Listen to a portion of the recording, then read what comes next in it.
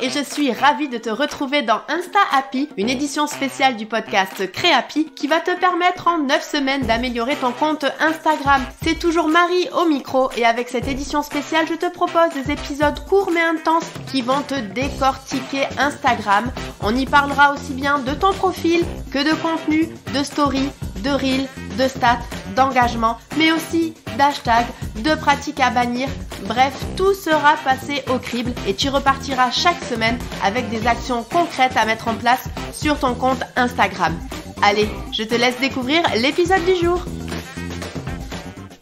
Hello et comme toujours, je suis une nouvelle fois ravie de te retrouver dans le 4e épisode de cette édition spéciale du podcast Insta Happy. Les semaines précédentes, on a vu ta bio Instagram, ta stratégie de contenu, ton feed, tes photos et aujourd'hui, on va s'attaquer aux descriptions Instagram. Le but de cet épisode est de te donner les 8 bonnes pratiques d'une bonne description Instagram. Mais alors, qu'est-ce qu'une bonne description? Eh oui, commençons par ça. Et pour moi, une bonne description, c'est une description qui est engageante, c'est-à-dire qu'elle réponde à l'objectif de ton post. Ça paraît simple dit comme ça, mais je voulais revenir sur ce premier point clé d'une bonne description, celui de définir quel est son objectif. Quel est l'objectif de ton post? Qu'est-ce que tu veux que ton audience fasse à la lecture de ton post et de sa description? Et je précise bien, il faut un objectif dans l'idéal.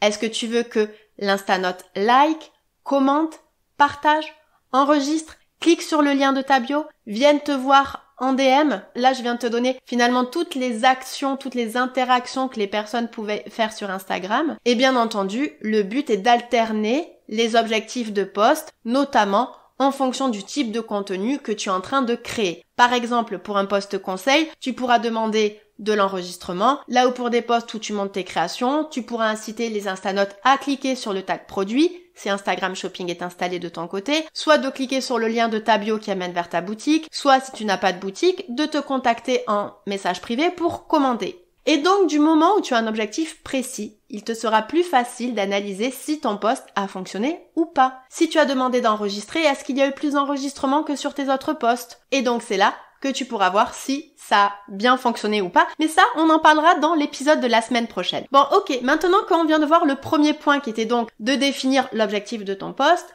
je te propose qu'on regarde comment bien construire sa description. Et donc, mon deuxième conseil, c'est de commencer ta description avec une phrase qui donne envie de cliquer sur le fameux petit plus. Et oui, parce que quand on regarde sur Instagram les publications, on n'a que le début finalement du texte. Et c'est dans la suite du texte, donc dans la description, que tu vas amener gentiment ton Instanote vers ce que tu veux qu'il fasse. Donc, évite de commencer par des phrases comme « Bonjour, aujourd'hui j'ai envie de te partager ma nouvelle collection ». Le but est d'essayer de rapidement susciter l'intérêt de l'Instanote pour lui donner donc envie de lire la suite. Donc commence plutôt par des questions. Par exemple, que se cache-t-il dans cette publication? Point d'interrogation, ma nouvelle collection bien sûr. Des situations que peuvent vivre ta cible. Par exemple, tu ne sais jamais comment faire briller tes bijoux. Tu manques d'idées pour la fête des mères et là tu peux faire la promo de ton produit. Ou plus classique, tu donnes directement le sujet du post et ce que ton Instanote va en retirer. Par exemple, 3 conseils pour faire briller naturellement tes bijoux ou nouvelle collection pour cet été. C'est classique comme phrase mais ça marche toujours. La petite astuce, c'est toujours de penser à ta cible et de la projeter sur ce qu'elle va retirer de ton produit ou de ton post. Par exemple, nouvelle collection pour cet été marche mieux que nouvelle collection, car tu donnes déjà des idées à ta cible qui peut se dire que l'été arrive et que donc elle pourrait par exemple s'offrir de nouveaux bijoux pour l'été.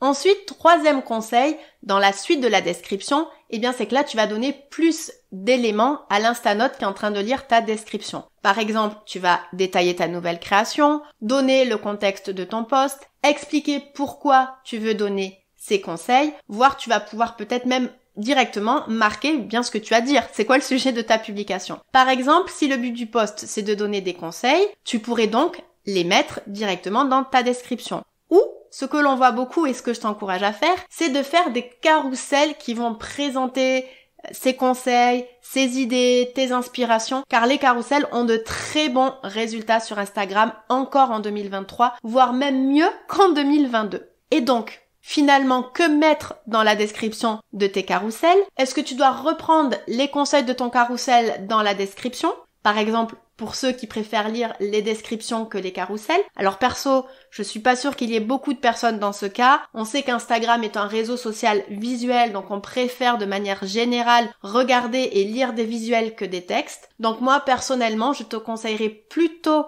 de dire dans ta description ce que les instanotes vont trouver dans le carrousel et que les conseils sont dedans, en donnant peut-être quelques exemples de ce que tu dis dans le carrousel. Et pareil aussi avec tes carousels produits. Tu peux venir dans la description et indiquer que tu présentes la création de différentes manières et que tu as montré certains détails qui méritent d'être vus. Ok, alors maintenant, quatrièmement, ton Instanote, il en sait un petit peu plus, il est plus engagé sur ton post et c'est donc là où tu vas pouvoir lui dire ce qu'il doit faire. Et c'est là où tu vas pouvoir mettre le fameux call to action ou appel à l'action.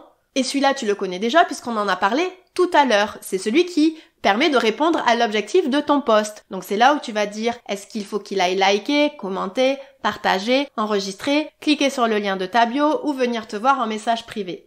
Bien entendu, toujours en rajoutant un peu de contexte. Il ne suffit pas de dire like, mais plutôt like si tu veux soutenir mon travail, like si tu aimes cette nouvelle création. Je t'ai donné des exemples d'appel à l'action dans un de mes posts Instagram et je te mettrai le lien dans les notes de l'épisode.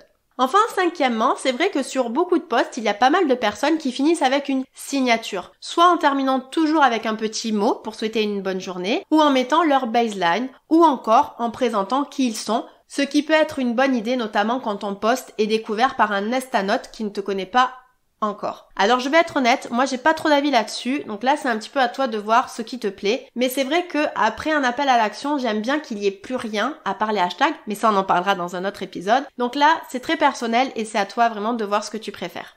Ensuite, je voulais te donner un 6e conseil en te donnant quelques petites astuces sur la rédaction de tes descriptions. Ça peut paraître un peu bateau, mais je voulais quand même le réindiquer, c'est de faire des phrases courtes et de faire des phrases simples. Sujet, verbe, complément. On évite, de faire des phrases un petit peu trop à la Molière. Je sais que moi, là-dessus, c'est un peu compliqué. J'ai souvent des phrases un petit peu longues, mais vraiment, essaie d'être, encore une fois, straight to the point. D'aller droit au but. N'hésite pas non plus à sauter des lignes. Avant, on ne pouvait pas sauter des lignes sur ces descriptions Instagram, mais maintenant, il n'y a pas de souci. Ça va venir aérer le post et aussi de mettre des emojis. Alors, je sais qu'il y a peut-être certaines personnes qui ne sont pas fans des emojis, mais c'est vrai que c'est un code de la plateforme, donc ça peut être utile d'en utiliser peut-être un au démarrage de la description et un dernier pour l'appel à l'action. Voilà, c'est le minimum. Et après, si tu veux en mettre d'autres, là, libre à toi de mettre autant d'emojis que tu veux. Ensuite, 7e conseil, là c'est pour te faire gagner du temps dans l'écriture de tes descriptions. Essaie de créer des templates de description, c'est-à-dire un gabarit qui va venir dire comment tu vas structurer ta description. Par exemple, si tu as toujours le même style de phrase au début, les mêmes éléments quand tu donnes des conseils, quand tu décris ton produit, est-ce que tu auras toujours le même emoji pour présenter ton appel à l'action? Voilà, vraiment de créer ces templates, ça va te faire gagner du temps. Tu sais comment tu vas présenter les posts conseils, les posts produits, les posts événements. T'as vraiment cette base, ce guide, ce gabarit, ce template.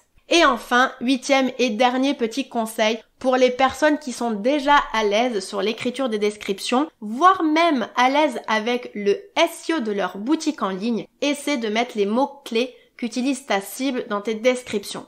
Pour l'instant, le référencement sur Instagram ne se fait uniquement via les hashtags, mais il est possible que ça change dans les prochaines semaines, prochains mois, et que ça se fasse aussi sur les mots que l'on va mettre dans les descriptions. Donc comme ça, tu commenceras déjà à prendre le pli et tu seras prêt pour le jour où il y aura cette mise à jour. Mais bon, c'est pas pour tout de suite quand même. Donc là, c'est vraiment du plus si tu es déjà à l'aise avec les descriptions Instagram. Donc voilà, alors on est arrivé au terme de ces 8 conseils pour des descriptions engageante. Donc j'espère que ça te donne plein d'idées. Donc n'hésite pas à reprendre ces points clés et voir ce que tu peux améliorer, de commencer à travailler sur les templates de tes descriptions. Et si tu sens que tu as besoin d'un petit coup de boost, on peut en parler lors d'un appel découverte, c'est gratuit. Tu trouveras le lien pour prendre rendez-vous avec moi dans les notes de l'épisode. La semaine prochaine, on parle de taux d'engagement, qui sera une belle conclusion à cet épisode, puisque le but sera de mesurer si justement tes posts fonctionnent. Et attention, là je vais casser plein d'idées reçues, donc j'ai hâte de te retrouver. D'ici là, je te souhaite une belle semaine et je te dis